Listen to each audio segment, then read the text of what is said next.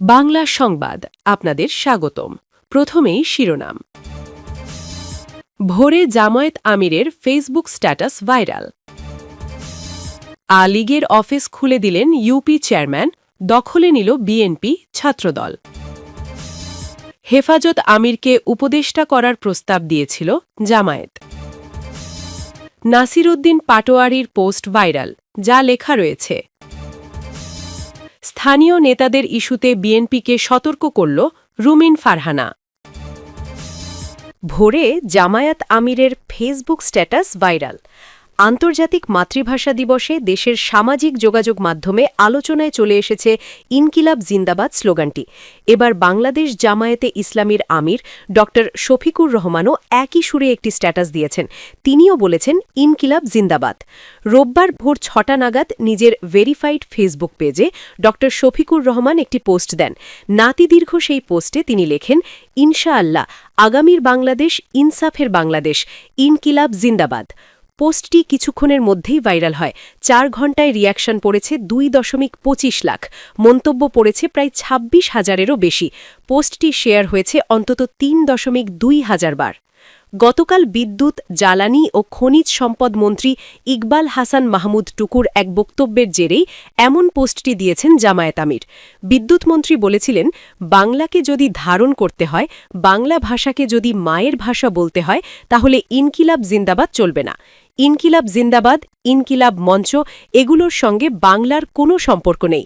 তিনি আরও যোগ করেন, এগুলো বললে আমাকে ভারতের দালাল বানিয়ে ফেলবে, তারপরও আমি বলবো, কারণ আমার জীবন আছে বলেই আমি মুক্তিযুদ্ধে গিয়েছি এবং আমি মন্ত্রী হয়েছি। মন্ত্রীর সে বক্তব্যের পর সামাজিক যোগাযোগ মাধ্যমে আলোচনা সৃষ্টি হয়। একই সুরে এর আগে পোস্ট করেছেন হাসনাত আবদুল্লাহ, নাসিরউদ্দিন পাটোয়ারি ও সার্জিস আলাম। এবার জামায়াত আমিরও এই মর্মে স্ট্যাটাস দিলেন। আওয়ামী লীগের অফিস খুলে দিলেন ইউপি চেয়ারম্যান, দখলে নিল বিএনপি ছাত্রদল। মাদারীপুরের শিবচরে কার্যক্রম নিষিদ্ধ আওয়ামী লীগের একটি কার্যালয় খোলাকে কেন্দ্র করে উত্তেজনা ও পাল্টাপাল্টি দখলের ঘটনা ঘটেছে। শনিবার ২১শে ফেব্রুয়ারি দুপুরে উপজেলার কুতুবপুর ইউনিয়নে এ ঘটনা ঘটে। আওয়ামী লীগ নেতা ও কুতুবপুর ইউনিয়ন পরিষদের চেয়ারম্যান আতিকুর রহমান মাদবারের নেতৃত্বে বন্ধ থাকা অফিসটি খোলা হয়। এর কয়েক ঘণ্টা পরই সেটি পুনরায় তালাবদ্ধ করে নিজেদের নিয়ন্ত্রণে নিয়েছেন স্থানীয় বিএনপি ও ছাত্রদলের নেতাকর্মীরা। স্থানীয় সূত্রে জানা গেছে, শনিবার আতিকুর রহমান মাদবারের নেতৃত্বে একদল লোক আওয়ামী লীগের উপজেলার কুতুবপুর ইউনিয়নের কার্যালয়টি হঠাৎ খুলে দেন। খবর পেয়ে দ্রুত ঘটনাস্থলে পৌঁছান জেলা ছাত্রদলের যুগ্ম আহ্বায়ক নাজমুল হাসান মিলন ও স্থানীয় বিএনপি নেতাকর্মীরা। তারা সেখানে গিয়ে আওয়ামী লীগের অফিসটি পুনরায় তালাবদ্ধ করে দেন এবং সেটির নিয়ন্ত্রণ নেন। জেলা ছাত্রদলের যুগ্ম আহ্বায়ক নাজমুল হাসান মিলন ঘটনার সত্যতা নিশ্চিত করে বলেন, আওয়ামী লীগের নেতাকর্মীরা অফিসটি খুলে জনমনে আতঙ্ক তৈরির চেষ্টা করছিল। খবর পেয়ে আমরা নেতাকর্মীদের সঙ্গে নিয়ে অফিসটি পুনরায় বন্ধ করে দিয়েছি এবং বর্তমানে অফিসটি আমাদের নিয়ন্ত্রণে রয়েছে। হেফাজত আমিরকে উপদেষ্টা করার প্রস্তাব দিয়েছিল জামায়াত।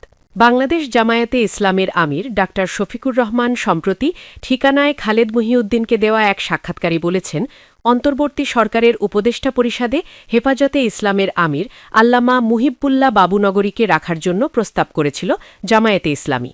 তবে তার বয়স এবং শারীরিক পরিস্থিতি বিবেচনায় সেটি শেষ পর্যন্ত হয়নি বলে জানিয়েছেন তিনি। সাক্ষাৎকারে জামায়াত আমির বলেন, আপনি শুনে আশ্চর্য হবেন, যখন উপদেষ্টা পরিষদ গঠন হয় ছাত্ররা আমাদেরকে জিজ্ঞেস করছে যে আপনারা কোনো তালিকা দেবেন। আমরা বলেছি তোমাদের ওপরে আমাদের আস্থা আছে, তোমরা যা ভালো মনে করো তাই করো। আমরা তালিকা দিইনি, কিন্তু একটা ব্যতিক্রম আছে। একটা সময় গিয়ে তারা বলল যে যেহেতু আপনারা এদেশের সবচাইতে বড় ধর্মীয় রাজনৈতিক ইসলামী সংগঠন, আমরা একজন আলেম নিতে চাই। সে ব্যাপারে আপনারা একজন মানুষের নাম দেন। তিনি বলেন, আমাদের এপেক্স বডিতে আলোচনা করে বাবুনগরী সাহেব, যিনি আগেও আমাদের বিরুদ্ধে বক্তব্য দিয়েছেন, আমরা তার নামটা দিয়েছি। হেফাজত ইসলাম একটা ব্রডার আমব্রেলা এবং তিনি এদেশের একজন প্রবীণতম, তার ৯০-এর বেশি বয়স। ওনার প্রতি সেই সম্মান রেখে আমরা নাম বলেছিলাম। তারা সাথে সাথে চেক করে বলছে যে ওনার যে বয়স এবং ফিজিক্যাল কন্ডিশন, তিনি এই প্রেশার নিতে পারবেন না।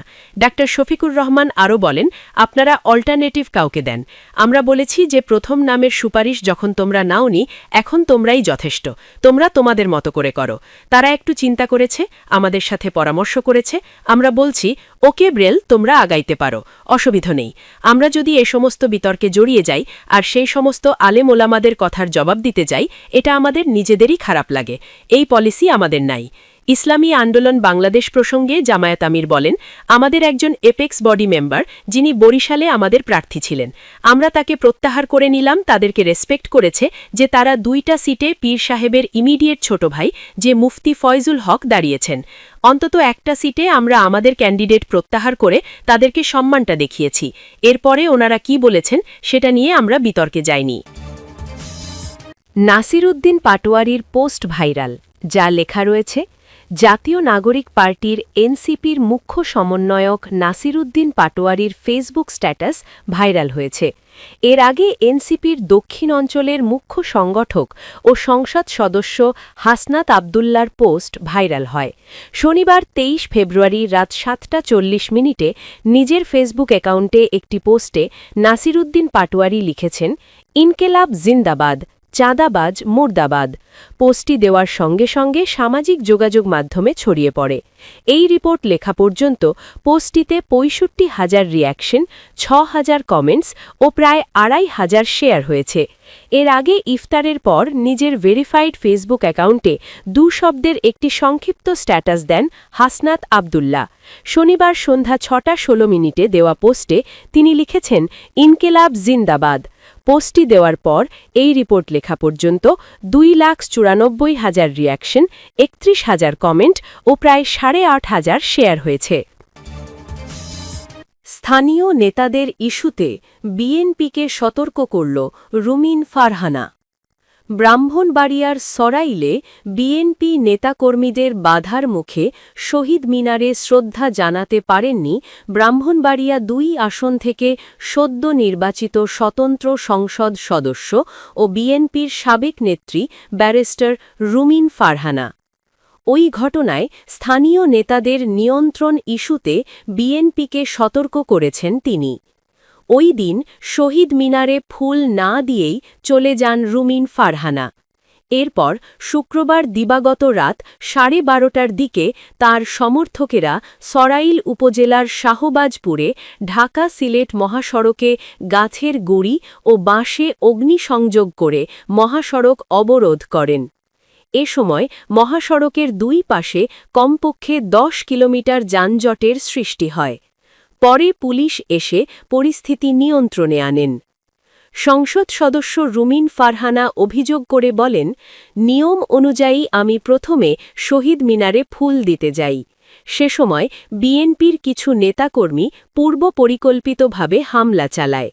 দীর্ঘ ১৭ বছর পর বিএনপির রাষ্ট্র পরিচালনার দায়িত্বে এসে স্থানীয় পর্যায়ের নেতাকর্মীদের নিয়ন্ত্রণ করতে না পারে তাহলে এর পরিণতি ভয়াবহ হবে।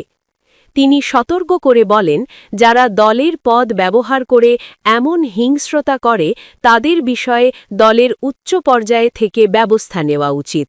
না হলে দলের জন্য যেমন ক্ষতিকর হবে, তেমনি সরকারের ভাবমূর্তিও ক্ষুণ্ণ হবে। প্রত্যক্ষদর্শীরা জানান, আন্তর্জাতিক মাতৃভাষা ও শহীদ দিবস উপলক্ষে শহীদ মিনারে শ্রদ্ধা জানাতে রাত ১:১২টার দিকে শহীদ মিনার প্রাঙ্গণে এসে পৌঁছান রুমিন ফারহানা। এ সময় পুষ্পস্তবক নিয়ে শহীদ বেদির সামনে দাঁড়িয়েছিলেন রুমিন ফারহানা ও তার কর্মী সমর্থকেরা। এ সময় সরাইল উপজেলা বিএনপির সাবেক সাধারণ সম্পাদক আনোয়ার হোসেনের নেতৃত্বে বিএনপির নেতাকর্মীরা এসে রুমিন ফারহানাকে উদ্দেশ্য করে ভোয়া ভোয়া স্লোগান দিতে থাকেন। এ নিয়ে দুই পক্ষের মধ্যে উত্তেজনা তৈরি হয়। এক পর্যায়ে রুমিন ফারহানার আনা পুষ্পস্তবকটি ছিঁড়ে ফেলেন বিএনপির নেতাকর্মীরা। পরে পুলিশি হস্তক্ষেপে পরিস্থিতি নিয়ন্ত্রণে আসে। পরে পুষ্পস্তবক অর্পণ করতে না পেরে কর্মী সমর্থকেদের প্রহরায় শহীদ মিনার এলাকা ত্যাগ করেন তিনি।